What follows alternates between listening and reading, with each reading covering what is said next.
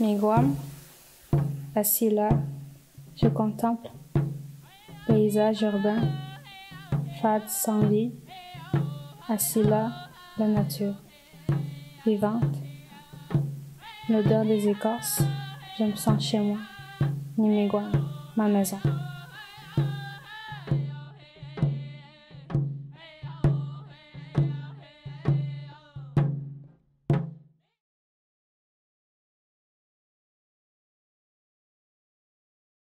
J'ai grandi ici, puis c'est important de revenir sur nos racines pour savoir qui on était, qui on est, qu'est-ce qu'on va être dans le futur. Au début, avant de partir, j'étais vraiment excitée de partir en ville parce que j'allais être loin de ma communauté parce que j'en avais vraiment besoin. Mais je me suis rendu compte qu'en étant loin de ma communauté, je me sentais perdue, je me sentais triste, j'avais une grosse envie de revenir, je pleurais de temps en temps parce que il y avait peu d'Autochtones à la ville où j'étudiais. Fait que là, j'avais pas la chance de parler avec mes semblables. Je ne pratiquais plus la langue atikamekw et je la perdais de plus en plus. Puis j'avais tellement envie de revenir ici que on dirait que je le faisais exprès de ne pas étudier, de ne pas me concentrer sur les études. Je me concentrais juste à revenir chez moi.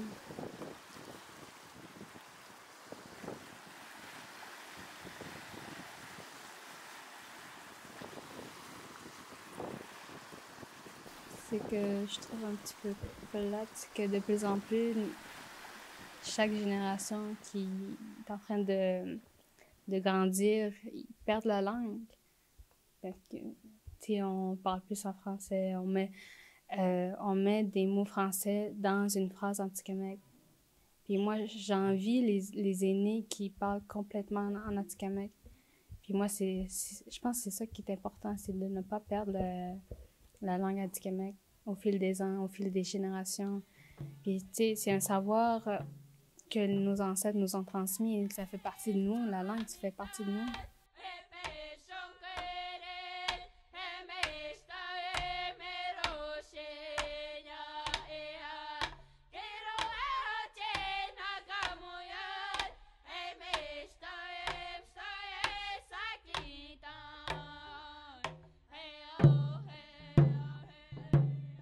Je viens d'une nation atikamekw.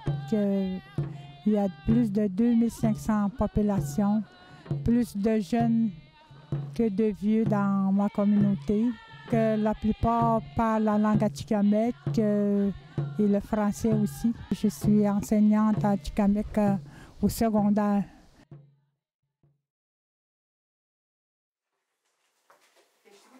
Le gros défi, c'est vraiment faire croire aux élèves la fierté d'être atikamekw, puis la fierté d'avoir une langue aussi.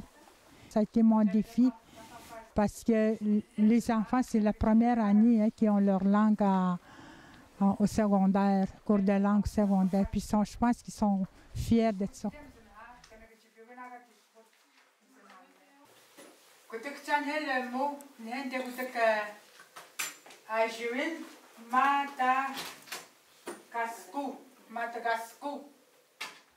Il nous faut les deux cultures ensemble, les deux.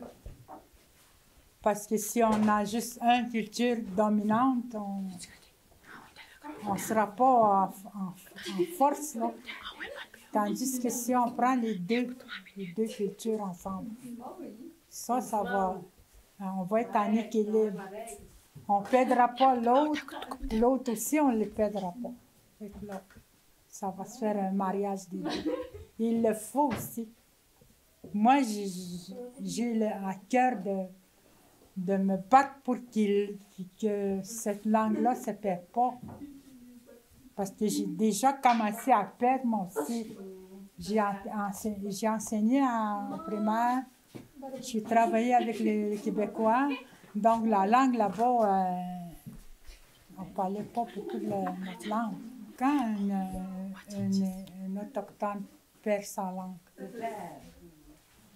il meurt. Tu sais, parce que ça, c'est le cœur. La langue est le cœur de l'être humain autochtone. Parce que je sais, mes petits-enfants vont à l'école en ville. Ils ont de la misère à parler leur langue. C'est juste le français. Moi, j'aime ça ici parce que je viens donner ce qui manque.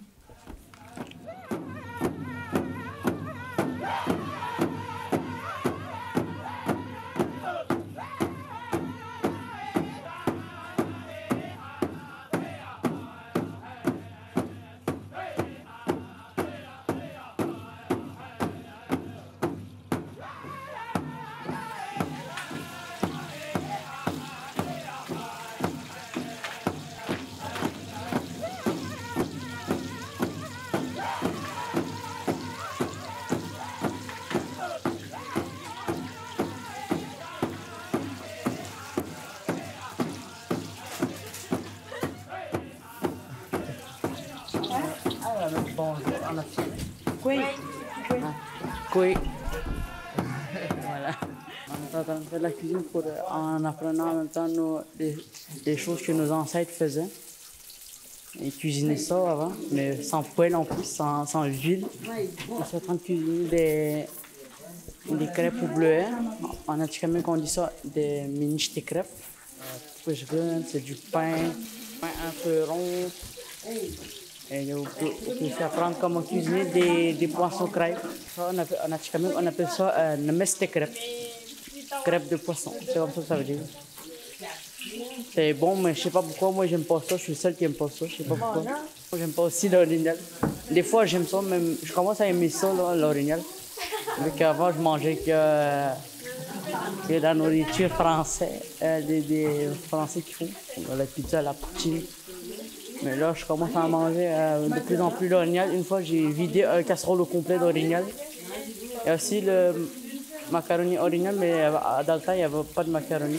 C'est important parce que si on perd, c'est d'habitude, ça veut dire qu'on n'aura plus notre cœur d'Atikamekw. On ne se souviendra pas de rien que nos ancêtres faisaient. Bon, il faut partager ça avec nos enfants. Et nos ancêtres faisaient ça aussi.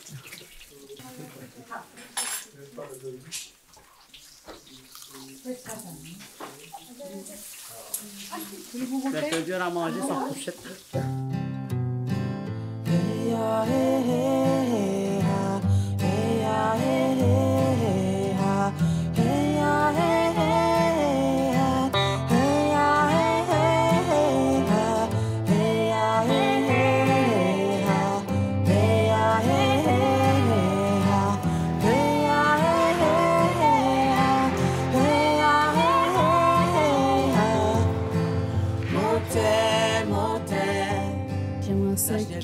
Qu'on voit plus des Autochtones dans les médias, dans des films québécois, qu'on met plus en avant notre culture. Parce que, il y a tellement de films qui sont produits au Québec, mais qu'on ne voit pas vraiment d'Autochtones dans certains rôles. Parce qu'on joue quand même un rôle dans le pays du Canada. J'aimerais ça qu'on soit plus mis en avant, puis qu'on mette plus nos problèmes en avant, en premier aussi, comme concernant les femmes qui ont disparu, les problèmes de logement, les problèmes de financement envers les jeunes étudiants qui s'en vont en ville. J'aimerais ça qu'on se penche plus dans ces problèmes-là. Et la délinquance aussi. J'aimerais ça qu'on qu'on comment je pourrais dire ça? Qui viennent nous aider d'une certaine façon. C'est plus les jeunes qui sont le futur de la communauté. C'est eux qui vont améliorer ce qui est amélioré dans la communauté parce que c'est eux qui savent le plus ce qui manque ici. Comparé, oui, il y a les aînés, ils savent aussi ce qui manque ici, mais je pense qu'on devrait plus laisser la parole aux jeunes aussi. C'est ça que j'aimerais ça.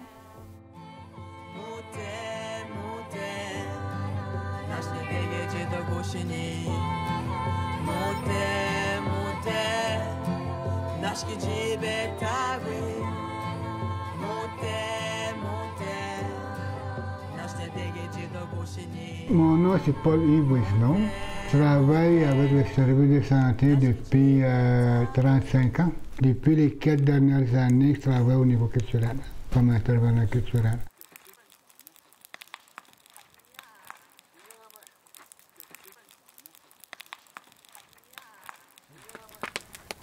La transmission de la culture est importante pour nourrir l'identité des jeunes. Aujourd'hui, les jeunes ils ont comme perdu dans le néant. Ils n'ont pas d'endroit où ils peuvent s'accrocher. Parce que la culture, souvent, c'est vraiment important. Quand on parle de la culture, ça prend les traditions, ça prend les croyances, puis ça prend une spiritualité. Puis chez les jeunes, c'est tellement avec toute la colonisation, la sédentarisation, le passionnant, les écoles résidentielles, la doctrine de religion, ça a tout amené à tuer l'Indien dans sa propre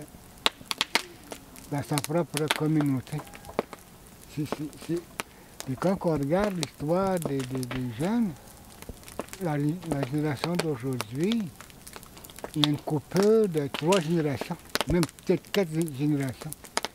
C'est le dernier passionnat qui a été fermé, c'est en 1995, je pense. C'est pas long, c'est sur les jeunes, là. Et c'est tous les jeunes, comme moi, j'ai 60 ans.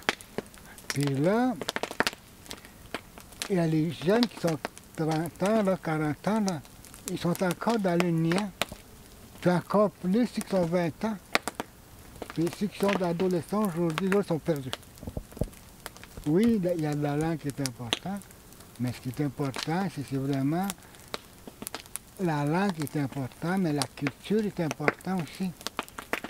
Si la langue il va avec la culture, ça va avec les traditions. C'est là qu'il y a un blocage entre la culture et les traditions. Parce que souvent, il y a les rituels sont absents. Puis les valeurs, ça prend des rituels. Mais les rituels, comment veux-tu qu'il y ait des rituels? L'absence des valeurs, c'est l'absence des rituels.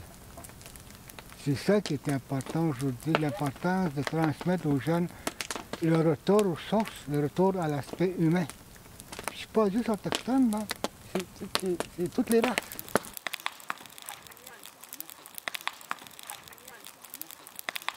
L'expérience du Suède, c'est l'expérience en soi. Toutes les nations, il y en avait un, différent, mais il y en avait un. Les rituels étaient différents, mais le but est le même, c'est d'aller chercher le bien-être de la personne, d'être bien, faire le nettoyage, tant au niveau physique, mental, émotionnel et spirituel. C'est pas religieux, non, c'est vraiment développer ta croissance personnelle, de développer une conscience qui est propre à toi. Il n'y a personne qui va te dire c'est comme ça, là. Non, c'est toi qui décides de ce que tu veux faire, avec les 13 outils de l'être humain. Les 13 outils sont nos 2 pieds, 2 mains, 2 oreilles, 2 yeux, 2 narines, notre bouche, notre corps et notre sexe. C'est ça l'outil de l'être humain. Et on oublie souvent de maintenir. Puis dans l'histoire, c'est avec les 13 outils qu'on utilise. C'est vraiment de développer une croissance personnelle spirituelle.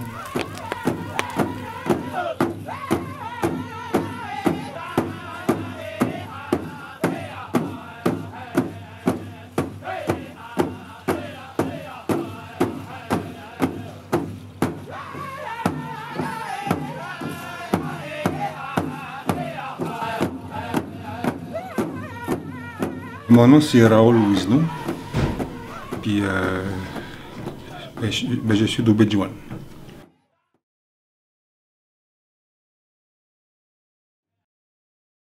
Le mot Atikamekw, ça c'est des noms qui ont été donnés par d'autres nations à d'autres nations, mais le vrai mot c'est Nehiruzu. Si on traduit le mot, c'est être en équilibre et en harmonie avec tout ce qui nous entoure. J'ai eu peut-être une cinquantaine de personnes, à date là, une cinquantaine de personnes que j'ai formées à faire la tente. Parce que c'était en train de disparaître. Puis moi j'ai appris ça de mes grands-parents. Ils ne sont plus là. Dans mon temps, au niveau de la culture, c'était plus mes grands-parents que j'ai observé. Faire la raquette, ou bien les tentes, ou bien tu sais, les porte-bébés qu'on appelle Tkenagen, puis à faire des rames, des massages. Je travaille beaucoup avec les bois, grâce à mes grands-parents, à mon grand-père, à faire des raquettes, puis tout ça. Puis quand je compare les jeunes d'aujourd'hui, on dirait que c'est en train de disparaître tranquillement.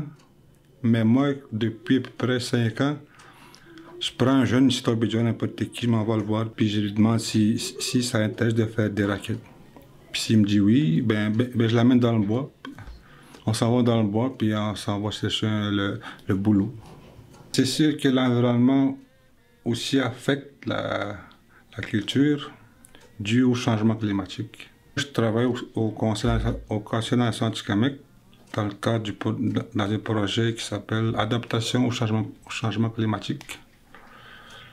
Puis quand on regarde l'environnement, on s'aperçoit que le bouleau, il change aussi. Son écorce, il devient de plus en plus mince comparé à, mettons, ça c'est les aînés qui me disaient, dans le temps, les écorces étaient très épais.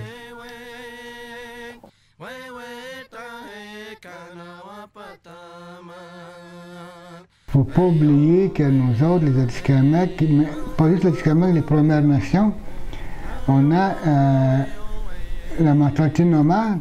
La mentalité nomade, c'est la mentalité circulaire. Puis la mentalité nomade, c'est une mentalité de survie seulement. C'est selon les saisons. Tandis que la mentalité sédentaire, c'est linéaire. Puis dans la mentalité sédentaire, il y a un triangle du pouvoir. Il y a le gouvernement, puis la population. C'est communautaire aussi, c'est politique aussi. Tandis que la mentalité nomade, oui, il y a une structure, mais une structure individuelle et familiale. Il faut qu'il y ait un mariage, les deux, entre le monde nomade et le monde sédentaire. On est dans la période de transition. Puis tout le monde doit faire le même cheminement, peu importe la race. La nature nous enseigne de ça. Aujourd'hui, on voit le réchauffement climatique. Tout est un changement. C'est pas l'homme qui a décidé de changer, c'est la nature qui nous amène à changer. C'est comme ça qu'il faut transmettre les savoirs et connaissances des aînés. À travers de ça, il y a des enseignements culturels, traditionnels et spirituels là-dedans. Quand on parle de spiritualité, souvent les gens ils vont se référer à une religion. Mais la spiritualité, comme disait mon père, la spiritualité, c'est seulement ton esprit et ta réalité. C'est juste ça la spiritualité. Si on ne tient pas compte la pensée nomade et sédentaire dans les écoles, pas pour rien. Pourquoi il y a tant de décrochages à l'école? Mais c'est ça. Les gens, ils ne prennent pas compte de ça. Comment veux-tu que les jeunes comprennent à l'école sédentaire, la pensée sédentaire, mais lui, les jeunes, une pensée nomade. Une pensée animée, l'autre est inanimée. Le professeur il essaie d'enseigner à son élève avec une pensée animée, tandis que le jeune a une pensée animée. C'est comme mon père qui disait, on a tout à recommencer, tout à refaire. à cause de tous les passionnants, puis l'alcool, la drogue dans les communautés, le suicide, pour eux, c'est des signes qu'il faut changer.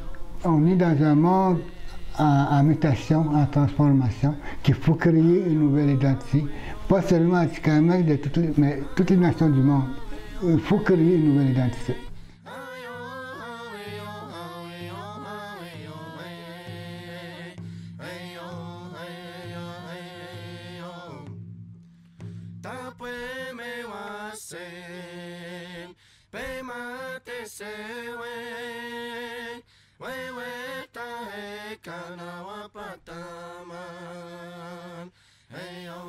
Depuis ces jours-ci, je remarque que la culture se meurt peu à peu. Je ne sais pas s'il va vraiment mourir, mais ça se peut bien qu'elle réduise, mais tu sais, c'est une étape de l'évolution, tout le monde doit évoluer maintenant. Puis la culture atikamekw est très vivante encore, je pourrais dire. Comparé à d'autres nations autochtones, la langue atikamekw et la culture atikamekw me semblent être la plus vivante.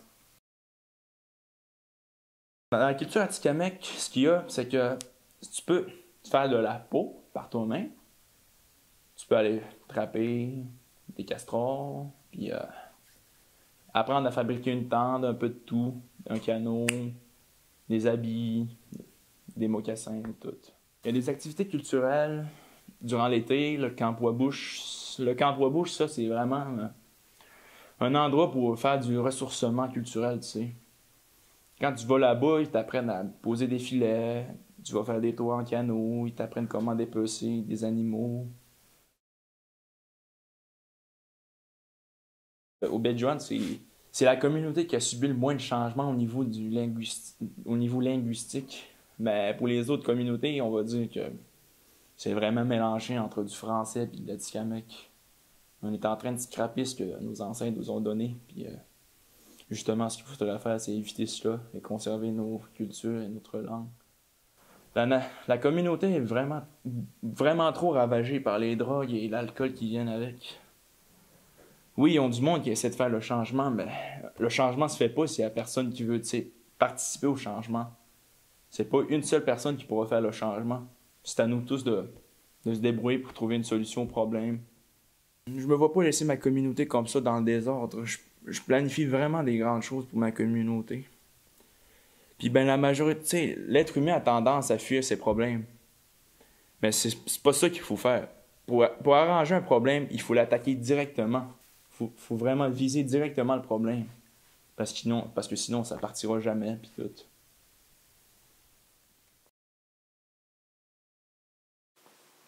Fuir son passé. Je suis le chasseur qui chasse son passé pour pouvoir vivre son présent. Je suis ce chasseur qui peine à trouver le chemin menant vers la paix dans son âme. Mon esprit tourmenté cherche toujours les réponses à sa douleur. Mes terres me guident vers les traces de mes ancêtres. La nature me parle et je l'écoute. La connexion entre moi et la terre-mère est bien réelle. Nikishterten ekibemiris ki jamundo nma 18.